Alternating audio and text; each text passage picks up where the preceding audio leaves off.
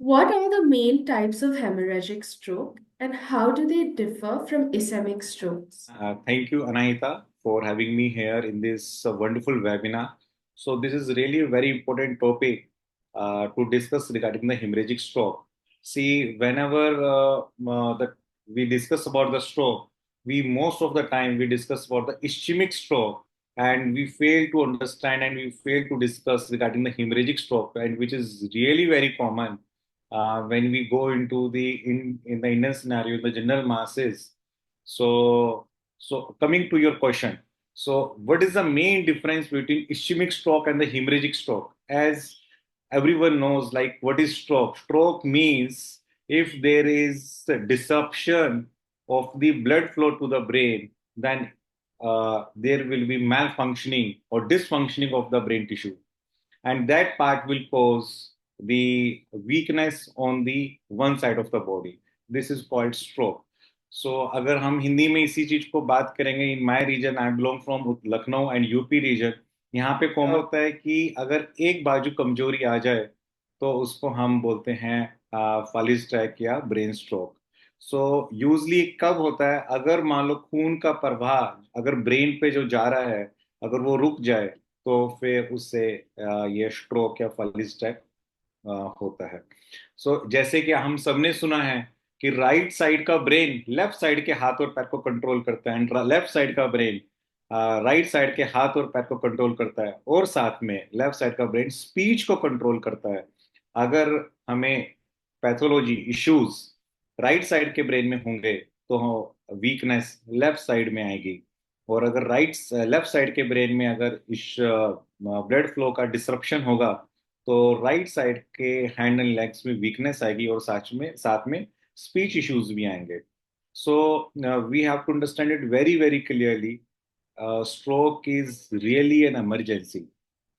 Now, what is the difference between hemorrhagic stroke and and the ischemic stroke? Ischemic stroke जो कि बहुत ज्यादा common होता है, अराउंड 80% टाइम्स ischemic stroke होता है, but nevertheless almost 15 to 20% is the hemorrhagic stroke. सो फर्क क्या है? इस्चेमिक स्ट्रोक के अंदर खून की नाली के अंदर थक्का जमने से आगे प्रवाह नहीं जाता. हेमरेजिक स्ट्रोक में क्या होता है कि नाली खून की नाली फट जाने से नॉर्मल टिश्यू में ब्लड नहीं पहुंचता, परफ्यूजन नहीं होता. इसके कारण ब्लड फ्लो का डिसरप्शन हो जाता है ब्रेन के अंदर और स्ट्रोक होता है. This is the basic difference between ischaemic stroke and the haemorrhagic stroke. What are the most common causes of a hemorrhagic stroke? Haemorrhagic stroke मतलब कि खून की नाली का फटना. अब सिंपल आप हम समझेंगे, जैसे खून की नाली है या फिर कोई ट्यूब है, वो कब फटेगी? जब उसमें प्रेशर ज्यादा होगा. अगर ये खून की नाली है तो हम क्या बात करते हैं? Blood pressure. अगर ब्लड प्रेशर ज्यादा हुआ, मरीज को हाइपरटेंशन है, बीपी की बीमारी है, तो ये सबसे बड़ा रिस्क फैक्टर है कि उसको हिमरेजिक स्ट्रोक होगा. हमारे इंडियन सिनेरियो में हम बहुत कॉमनली देखते हैं कि पेशेंट बीपी को इतना सीरियस नहीं लेते हैं. वो मेडिसिन थोड़े टाइम लेंगे and then they stop the medicine. और जब कभी ऐसा इमरजेंसी होगा तब बताते हैं हिस्ट्री, हाँ सर हमें तो 4 5 साल पहले एक बीपी का बीमारी हुआ था, बट सब ठीक था तो दवाई बंद कर दिया. वो बीपी ठीक कब कैसे था? क्योंकि वो मेडिसिन लेते थे उस समय. जब मेडिसिन बंद किया तो उन्होंने बीपी भी चेक नहीं किया. तो हाई बीपी अगर लगातार बना रहेगा तो क्या होगा कि ब्लड वेसल की वॉल को वीक कर देगा, और one day it can rupture. Second common causes aneurysm. Aneurysm means अगर खून की नाली के अंदर बीपी के बढ़े होने के कारण धीरे धीरे कमजोरी आएगी ब्लड वेसल्स में, और वहां पे एक बैलून जैसा डायलिटेशन बन जाएगा. उसको हम बोलते हैं एन्यूरिज्म या फिर फूगा या फिर गुब्बारा. तो खून की नाली का गुब्बारा अगर ये फटते हैं तो अगेन हिमरेजिक स्ट्रोक होगा, और ब्लड वेसल से ब्लड बाहर निकलेगा और वहां लोकली जमा हो जाएगा. तीसरा कोर्स होता है आर्टीरियोवीनस मालफॉर्मेशन, एवीएम. इसके बीमारी में क्या होता है, जब आर्टरी और वेन के अंदर एक प्रॉपर कैपिलरी का चैनल होता है, उसी के थ्रू ही परफ्यूजन होके धीरे धीरे ब्लड पहुंचता है. बट अगर ये अबनॉर्मल कनेक्शन बन जाए तो इसको हम बोलते हैं आर्टीरियो वीनस मालफॉर्मेशन. अगर यहाँ पर भी अगर ब्लीडिंग होगा तो अगेन ये हिमरेजिक स्ट्रोक कोज करेगा. Nevertheless trauma. इन इंडिया के अंदर व्हीकुलर एक्सीडेंट्स बहुत कॉमन है जिसके कारण हिमरेजिक स्ट्रोक हो सकते हैं। या फिर ट्यूमर, कुछ ट्यूमर ऐसे होते हैं जिसके अंदर ब्लड सप्लाई की मात्रा बहुत ज्यादा होती है और जैसे जैसे साइज में बढ़ते हैं देर आर चांसेस कि इनमें हिमरेजिक स्ट्रोक या फिर हिमरेज हो जाए। तो these are the most common causes of the haemorrhagic stroke. But are there any other specific risk factors as such that would increase the likelihood of experiencing such a stroke? Yes. Yes. So this is a very important question regarding the risk factors, because if we take care of the risk factors, we can really prevent the stroke. So first and foremost, risk factor is age, which is not in our hand. We are aging society. We will age in someday, some year. So age is is the first risk factor. See, we have to understand as the age increases, the elasticity of the blood vessel decreases, and if there is less elasticity, they will be more liable to rupture. So age is the first thing, and on top of it, if their person smokes, so what will happen? The arterial wall will get hardened, जो खून की नाली है वो सख्त हो जाएगी, और वो अपने प्रॉपर कैलिबर से, प्रॉपर फंक्शन से काम नहीं कर पाएंगे, and they will be more likely to get rupture. And as we discussed, sugar and BP, diabetes and hypertension, these are the foremost risk factors. इसको हम साइलेंट किलर बोलते हैं या फिर मीठा जहर बोलते हैं, कि आपको मालूम नहीं पड़ता है कि धीरे धीरे वो आपकी खून की नालियों को नुकसान पहुंचा रहे हैं, तो धीरे धीरे जम के आपको नुकसान पहुंचा रहे हैं. अभी कुछ नहीं बोलते बोलेंगे, लेकिन 10 साल 15 साल लगातार शुगर बीपी होने के कारण आपकी खून की नालियां खराब हो सकती हैं, और वो धीरे धीरे वो किसी एक दिन फट सकती है और हिमरेजिक स्ट्रोक कर सकती है. Last but not the list, family history. अगर किसी के फादर को, ग्रैंडफादर को, अगर बड़े भाई साहब को कभी इस तरह से हुआ है, हिमरेजिक स्ट्रोक हुआ है, so that person is more likely to have the haemorrhagic stroke. And अगर किसी पेशेंट को साथ में ट्रांजिट इस्चेमिक अटैक हुआ है, मतलब कभी हल्का छोटा इस्चेमिक स्ट्रोक हुआ है और उसके कारण हमने ब्लड थिनर स्टार्ट कर दिए, और बट पेशेंट ने अपना बाकी चीजों में ध्यान नहीं रखा, तो उनको भी हिमरेजिक स्ट्रोक होने के चांसेस बढ़ जाते हैं. So what would be the early signs and symptoms of a hemorrhagic stroke? So let's discuss about the symptoms. इसके सिम्टम्स होते हैं बहुत तेज सिर में दर्द, इकट्ठा एकदम से होना. जैसे पेशेंट बोलते हैं, सर काम करके आए थे, घर पे आए, नहाया, एकदम से बहुत तेज सिर में दर्द हो गया सर, बियर ही नहीं हो पा रहा है. There is one. फिर वो बोलेंगे सर आधे घंटे के बाद फिर वो उल्टियां भी स्टार्ट हो गई हमें. So that is two. फिर पेशेंट के अटेंडेंट बोलते हैं सर उसके बाद ये थोड़ा सोने का लगता है कि जैसे सोएंगे, वे आराम करेंगे, और वे थोड़े कंफ्यूज हैं. हम बात करते हैं लेकिन वो बराबर जवाब नहीं दे रहे हैं, वो कंफ्यूज हैं. फिर उसके बाद सर अगर हम देख रहे हैं कि ये सीधे हाथ पैर वो या फिर लेफ्ट साइड का हाथ और पैर वो कम चला रहे हैं, या साथ में उनकी जो आवाज है वो स्लर्ड हो गई है, वो बराबर नहीं निकल रही है. So these are the most common symptoms. साथ में देख पेशेंट कैन हैव सीजर्स. क्यों? क्योंकि जहाँ ब्लड अब नॉर्मली जहाँ इकट्ठा हो गया वो ब्रेन सेल्स को इरिटेट करेगा और वो सीजर फिट्स थ्रो कर सकता है. So these are the most common signs and symptoms of the patient, for which the patient seeks the medical attention, comes to the casualty, and the doctor, casualty medical officer, gives a call to a neurosurgeon after diagnosing it.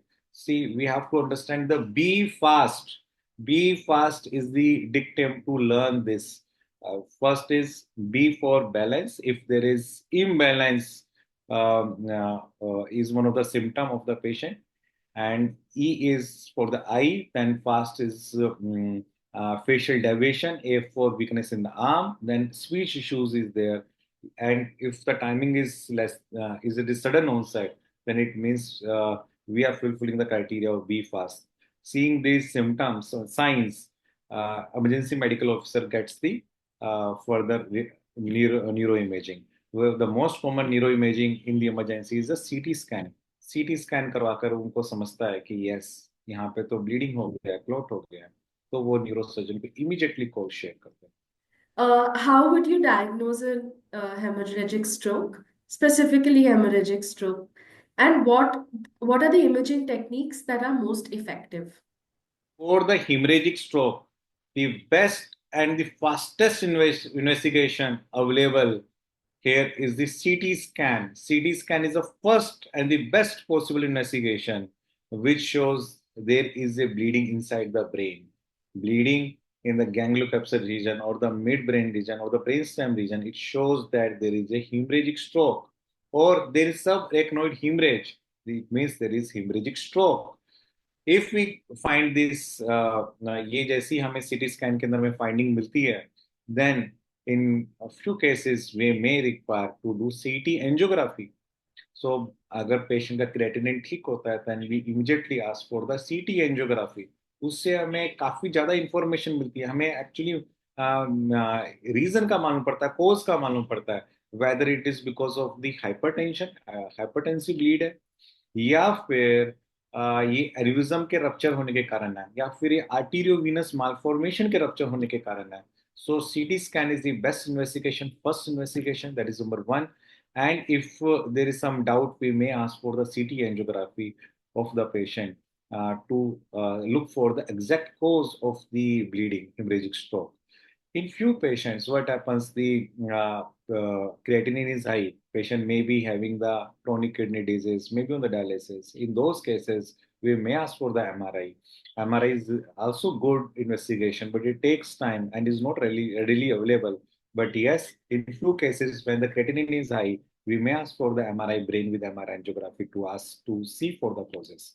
And in very, very few cases, क्या होता है कि जब सब रेक्नोइड हीमरेज हुआ and हमें properly कोई answer नहीं मिला कि किसके कारण है, कोज जानना बहुत जरूरी है हमें, then we may do lumbar puncture to see the blood cells into the CSF. It is very rarely done, yes, but this is one of the investigations. So, what would be an immediate treatment that is available for someone who has had or who is experiencing a hemorrhagic stroke? Very good question. First of all, patient should reach the casualty immediately. Emergency में जाना है. Emergency doctor patient को evaluate करेंगे, वो stabilize करेंगे. The idea remains the same. A, B, C. A for airway. Airway is patent or not. Well, then is breathing. Breathing is normal or not. Then is circulation. Pulse, BP. अगर मान लो कम है, बढ़े हुए हैं, तो उनको stabilise करना. Usually haemorrhagic stroke में बीपी बढ़ जाता है, पल्स कम हो जाती है. तो ऐसे केसेस में हमें बीपी प्रॉपरली मैनेज करना है. अगर ज्यादा क्लोट हो गया है और पेशेंट की ब्रीदिंग नॉर्मल नहीं है, तो पेशेंट को इमीडिएटली इंट्यूबेट या वेंटिलेटर पे भी डालना पड़ सकता है. So these are the first management, ABC management. एक बार पेशेंट को इतना स्टेबलाइज कर लिया जाए, देन उसके बाद पेशेंट का सीटी स्कैन कराते हैं. And once CT scan is done, then we can they can give us a neurosurgical call, then accordingly we take the decision. Usually immediate treatment में we give the medicines which are neuroprotective. जो जो नुकसान हो गया वो हो गया, but आगे और नुकसान ना हो, इस तरह की मेडिसिन हमें देनी है. अगर ब्रेन के अंदर ब्लड एबनॉर्मली कलेक्ट हो गया है हिमरेजिक स्ट्रोक के कारण, तो हमें we have to make sure कि ब्रेन का प्रेशर ज्यादा ना बढ़े. हमें ब्रेन का प्रेशर कम करना है, कंट्रोल में रखना है. इसको हम बोलते हैं इंट्राक्रेनियल प्रेशर. तो वो मेडिसिन हम देते हैं यूजली इन फर्स्ट स्टेप, कि जो कि मेडिसिन, जो वो मेडिसिन जो ब्रेन का प्रेशर आईसीपी को कम करती है, नॉर्मल रखने में मदद करती है. जैसे mannitol is one of the medicine, glycerine is another medicine, hypertonic saline is another medicine. So we'll take the call as per the patient need and patient blood reports. So and other medicines होती हैं कुछ neuroprotective agents, जिसके कारण हम जितना नुकसान हुआ है उतने तक ही रोक पाए, आगे नुकसान ना बढ़े ब्रेन सेल्स के अंदर. वो मेडिसिन हम यूजली हम इमीडिएटली हम देते हैं. एंड पेशेंट को मॉनिटरिंग पे रखते हैं, intense monitoring, pulse, BP, breathing and प्यूपिल charting. हम प्यूपिल साइज को बराबर मॉनिटर करते हैं. फिर ग्लास्को कोमा स्केल चार्टिंग करते हैं, GCS चार्टिंग करते हैं every half an hourly till the time patient stabilises. पहले 24 से 48 घंटे बहुत जरूरी होते हैं. अगर पेशेंट उसमें स्टेबलाइज हो जाता है और ब्लड क्लॉट आगे नहीं बढ़ता है, तो there is a good chance कि पेशेंट को सर्जरी ना लगे, हम सिर्फ मेडिसिन से ठीक कर पाए। Can you explain what exactly the role of surgery is when it comes to managing a hemorrhagic stroke? Surgery may be required if the clot volume is quite large enough, and if that clot is giving the pressure to the normal brain and to the other side of the brain. So क्या होता है कि अगर right side में अगर clot हुआ है तो वो राइट साइड के ब्रेन को कंप्रेस करेगा, और इतना कंप्रेस करेगा कि वो लेफ्ट साइड में भी डेविएट होके लेफ्ट साइड के ब्रेन को भी डैमेज करना स्टार्ट कर देगा। तो that is causing secondary brain injury. And अगर क्लॉट वॉल्यूम ज्यादा होगा तो धीरे धीरे पेशेंट का जीसीएस यानी कि सेंसोरियम डाउन होगा, और पेशेंट की लाइफ भी रिस्क में आ सकती है। तो उस केस में हमें लाइफ सेविंग सर्जरी इमीडिएटली करनी होती है, जिसको हम बोलते हैं डीकम्प्रेसिव क्रेनियोटोमी। तो इन केसेस में हम क्या करते हैं कि एक साइड का बोन फ्लैप हम बाहर निकालते हैं, एंड फिर लूजली हम उनको सूचर कर देते हैं ब्रेन की लेयर्स को, ताकि पेशेंट को रिकवरी होने में हेल्प हो सके। सेकंड तरह की सर्जरी होती है जिसके अंदर हम एक क्लोट निकालते हैं। अगर क्लोट इतना ज्यादा साइज के अंदर है and it is causing damage to the brain tissue, then we can take the decision कि हम छोटा सा कोटिसेक्टमी करके ट्यूब पास करके हम ब्लड क्लोट बाहर निकाल सके, ताकि पेशेंट की जल्दी रिकवरी हो, बेटर हो, एटलीस्ट हम सेकेंडरी ब्रेन इंजरी को प्रिवेंट कर पाए। So these are the two main goals of the surgery. In some cases, as we discussed earlier, कि aneurysm मिलते हैं या arteriovenous malformation मिलते हैं. In those cases, we also try to clip the aneurysm, or we also try to remove the AVM so that we can deal with the primary cause. हम उसको ठीक कर सके। तो यही हमारा सर्जरी का गोल होता है कि हम ब्रेन के प्रेशर को नॉर्मल कर सके, बढ़ा जो ब्रेन का प्रेशर बहुत बढ़ गया है उसको कम कर सकें डिकम्प्रेशन करके, एंड क्लोट के वॉल्यूम को बाहर निकाल कर। So, what are the long-term treatments and rehab options that are available for these stroke survivors? Once the patient is stabilized with surgery or the without the surgery, the next thing is required is physical therapy or the physiotherapy. हमें physiotherapy बहुत aggressively करनी है। Starting के few days में हम chest and lymph physiotherapy को हम focus करते हैं, and as the patient improves in sensorium, then we take हम फिर आगे की चीजें फिजियोथेरेपी में आगे चीजें देखते हैं कि पेशेंट को मोबिलाइज कराया जाए out of bed, in bed, edge of bed, then out of bed mobilise कराया जाए, जितना उसमें कैपेसिटी है उसको पूरा हार्नेस किया जाए। तो जैसे जैसे क्लोट रिजोल्व हो जाएगा और ब्रेन फंक्शन नॉर्मल करने लगेगा, तो हमें चाहिए कि वो मैक्सिमम उसकी कैपेबिलिटी तक पहुंचा सके हैं। तो उसके लिए हमें physiotherapy is must must, we have to start as early as possible, and वो एटलीस्ट 3 to 6 months चलती है। रादर इन सम केसेस वो whole of the life time चलती है, not by the physiotherapist may be, but with the family members और the patient himself और herself. Next therapy is occupational therapy.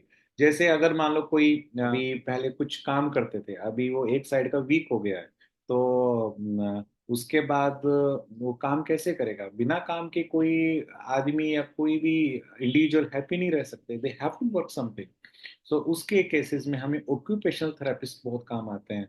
They harness the true potential of the patient, और आप उनको उसी हिसाब से ट्रेन करते हैं जिससे वो अपना डे टू डे एक्टिविटी कर पाए, और ऑक्यूपेशन के अंदर भी वो कुछ हेल्प कर पाए।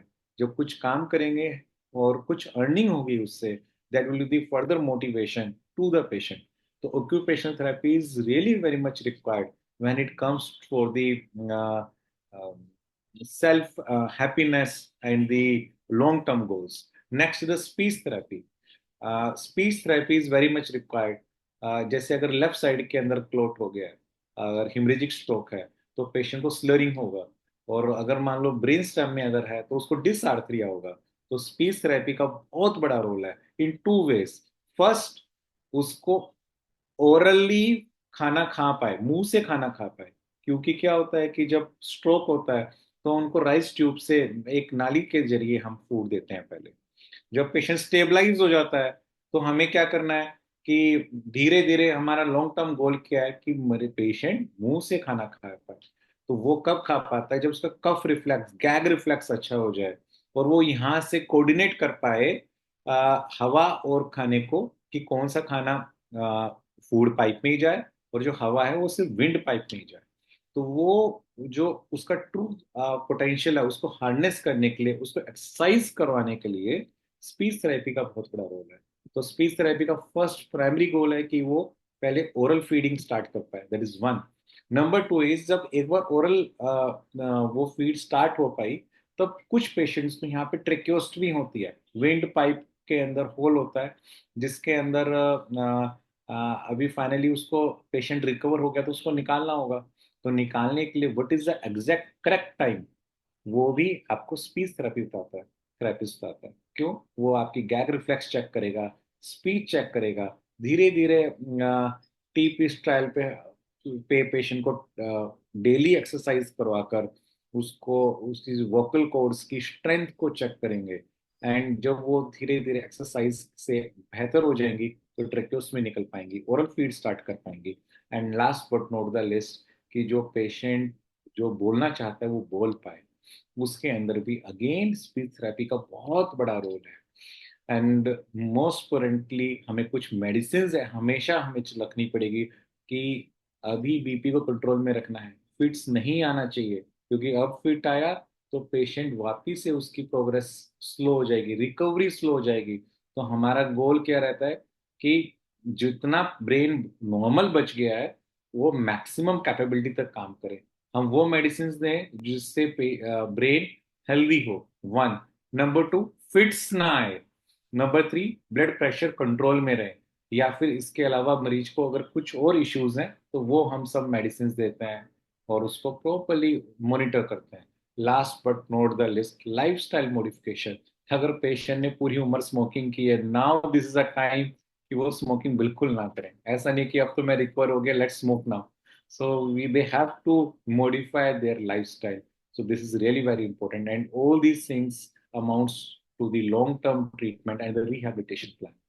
So, sir, what lifestyle changes can individuals make to reduce their risk of a hemorrhagic stroke? This is a really very important question. कि modification in the lifestyle should be done by each and every individual. अभी उसको ये समझना है कि वो normal नहीं है, वो एक स्पेशल है, वो इतना स्पेशल है कि उसको अपनी पूरी लाइफ डिसिप्लिन में रहना है। फर्स्ट फॉरमोस्ट इज कि उसको ब्लड प्रेशर का स्पेशल ध्यान रखना है कि बीपी ना बढ़े, प्रॉपर घर पे मॉनिटर हो और प्रॉपरली मॉर्निंग इवनिंग चेक करे, that is number one. Second thing is वो रेगुलर एक्सरसाइज करे। जो फिजियोथेरेपी एक्सरसाइज करवाते हैं, अपार्ट फ्रॉम दोज एक्सरसाइजेस, वो रेगुलर प्राणायाम, अनुलोम विलोम, कपालभाति, भ्रामरी, ये सब एक्सरसाइज करें। We have noticed and experience in our life time that patient who are positive set of mind frame, and the patient who does the meditation and the pranayam, they have the better results because they have a absolutely a positive aura around them, and it helps in recovery, better recovery. And second thing is, third thing is, if the patient smokes, they have to quit it, because smoking definitely kills the patient. And last but not the least is, they have to maintain the healthy weight. Usually मैं अपने patients को हमेशा ये advice करता हूँ कि वजन नहीं बढ़ना चाहिए। यू वाइफ्स को खास करके ये मत समझना कि अभी हस्बैंड घर पे आ गए और आप पूरा उसके अंदर घी डाल डाल के खिलाए जा रहे हो और उनका वजन बढ़ गया। कई बार हमारे साथ ऐसा होता है, जब हम फॉलोअप पे बुलाते हैं 20 डेज के बाद, तो देखते हैं कि पेशेंट का 2 kg वेट बढ़ गया, अगले महीने 5 किलो वजन बढ़ गया। तो ये बहुत गलत है। आपको ये समझना है कि फॉलिस अटैक के बाद या स्ट्रोक के बाद पेशेंट ऑलरेडी एक साइड का कमजोर है। अगर वो शरीर हैवी हो जाएगा, वेट बढ़ जाएगा, तो वो एक्सरसाइज कैसे करेगा? एक्सरसाइज नहीं करेगा तो वो बेटर कैसे होगा? तो फैट अलाउड नहीं है, प्रोटीन्स अलाउड है, एक बैलेंस्ड डाइट अलाउड है, जो आपको अपने डाइटिशियन के साथ, न्यूरोसर्जन के साथ, थेरेपिस्ट के साथ डिस्कस करके एक प्रॉपरली चार्टना कि रिलीजियसली फॉलो करना है। You have to count a calories, that is really very important. Balance diet खाना है, जिस तरह से फ्रूट्स 200 से 250 ग्राम खाना है, पक्का एक पोर्शन वेजिटेबल्स का होना ही होना चाहिए, पानी ज्यादा अमाउंट में पीना है, ताकि डिटॉक्सिफिकेशन प्रॉपरली हो सके, मेडिसिन प्रॉपरली टाइम पे रहनी है। These all are the lifestyle modification that the patient need to be done. Along with that, are there any specific medications or therapies that can help prevent hemorrhagic strokes, especially in the case of high-risk patients? First and foremost medicine is blood pressure medicine. BP को इतना कम नहीं आंकना है कि दवाई ना लें, तो BP की दवाई पक्का पक्का लेनी है। साथ में कोलेस्ट्रोल की दवा लेनी है, स्टेटिन्स जिसको हम बोलते हैं, अटोरवास्टेटिन वगैरह, रोजुवास्टेटिन, तो स्टेटिन्स पक्का लेने हैं। अपार्ट फ्रॉम दैट फिट्स का मेडिसिन उनका लॉन्ग टर्म चलता है, एंटी सीजर मेडिसिन, वो पक्का लेना है। And in in case of ischemic stroke, we advise antiplatelet medicine, Cosprin or Plavix, clopidogrel। And अगर पेशेंट इश्चेमिक हेमरेजिक स्ट्रोक के अंदर है तो हम एडवाइस करते हैं जो ब्रेन न्यूरोप्रोटेक्टिव ड्रग्स हो, like citicoline, piracetam, they usually help. So, coming to the patient and caregiver support part of our discussion, are there any resources or what resources would be available for patients and caregivers after a hemorrhagic stroke? Yes, American Heart Association and American Stroke Association, they have published their guidelines. That is really very good. And I think all the educated caregivers should go through it. It is written very wonderfully. And also the National Stroke Association also has written some of the guidelines. And sometimes the local bodies, your government health department also releases the guidelines time to time, and people should understand all these things. Apart from that, जिस भी hospital में आपका treatment चल रहा है, जो आपके therapist का प्रोटोकॉल है उसको समझना बहुत जरूरी है। वो आपको एग्जैक्टली बताएंगे, बिकॉज आपको ये समझना है कि आप उनके पहले पेशेंट नहीं हो, वो उनके पास एक्सपीरियंस है, वो लंबे समय से इसी तरह के पेशेंट्स का ट्रीटमेंट कर रहे हैं, तो उनका एक खुद का एक प्रोटोकॉल डेवलप हो जाता है। दे अंडरस्टैंड कि पेशेंट की क्या एग्जैक्ट नीड है, उसके हिसाब से वो क्यूरेट करके देता है। How can a caregiver best support stroke survivors during their recovery period? Really very important question. जितनी भी केयर गिवर्स हैं उनको एक बात समझना है कि रिहैब की जर्नी पेशेंट की अकेले की नहीं है, उनकी भी साथ में है। अगर एक घर का पेशेंट बीमार होता है या फिर फॉलीज अटैक या स्ट्रोक आता है, वीक होता है, तो उसके साथ 2 से 3 लोग ऑटोमेटिकली उनको लगना पड़ता है, जिनकी मदद से ही पेशेंट बाहर आ पाता है। सो ये समझना है, स्ट्रोक पेशेंट को नहीं हुआ है, स्ट्रोक फैमिली को हुआ है।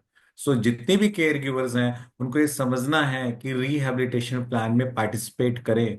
समझे कि फिजियोथेरेपिस्ट क्या कह रहे हैं, समझे कि स्पीच थेरेपिस्ट क्या कह रहे हैं। Speech therapy may be there for 20 minutes, but afterwards, going home, they have to train the patient. Physiotherapy can be there twice a day for 1 hour or 2 hours, but after that, they should give extra time so, to train the patient. The same way with the occupational therapist, same way with each and everything. So they have to participate in the rehabilitation plan. Next thing is the emotional support. See आप ये बात समझिए, जो patient एकदम active था, भाग रहा था, सारा काम कर रहा था, सडनली उसको स्ट्रोक हो गया, इज बिकॉज इज इमरजेंसी। वो प्रिपेयर्ड नहीं था इसके कारण। अब now he sees himself that he is weak, he is not able to his the work जो वो पहले कर पा रहा था। तो उस केस के अंदर उसको इमोशनल सपोर्ट की बहुत ज्यादा रिक्वायरमेंट है। उसको बताना है, don't worry, we are with you, and this is in your 80 years or 90 years or 100 years of age or life. This is a very short period, and if you work hard you can be a better person and happy person. And apart from this, they have to assist in their daily activities like turning in the bed, helping in feeding them properly, and helping them to get out, to go for the washroom, to come out of the washroom, taking care of their privacy, taking care of their private space also with their consent, and be empathetic. Be empathetic. Don't see them like, अरे यार इसको तो ये हो गया. Don't see like this. Always see, don't worry, you will be okay. This is small thing. This is just a weak thing. But with exercise, you can make it strong. let's do it together. So with this attitude, the caregiver definitely can, make the change. Last but not the least, छोटी छोटी चीजों को अपने doctor से पूछिए, अपनी care giver team से पूछिए, और उनके साथ एक पॉजिटिव इंटरेक्शन डेवलप कीजिए। जो आप एक कंस्ट्रक्टिव जो आप ये टॉक डेवलप करेंगे, उससे पेशेंट का ही फायदा होगा, और इसमें आपका डॉक्टर डेफिनेटली हेल्प करने वाला है। सो मेरा यही एक लास्ट मैसेज है हर एक केयर गिवर को, हर एक पेशेंट को। डिफिकल्ट थिंग्स आती है लाइफ में, डिफिकल्ट टाइम्स आते हैं लाइफ में, बट उसके अंदर डरना नहीं है, हार नहीं मानना है। उसका मतलब ये है कि you have to show your extra courage and prove yourself to the god that you are worthy enough to have the second life, second chance in the life. Thank you.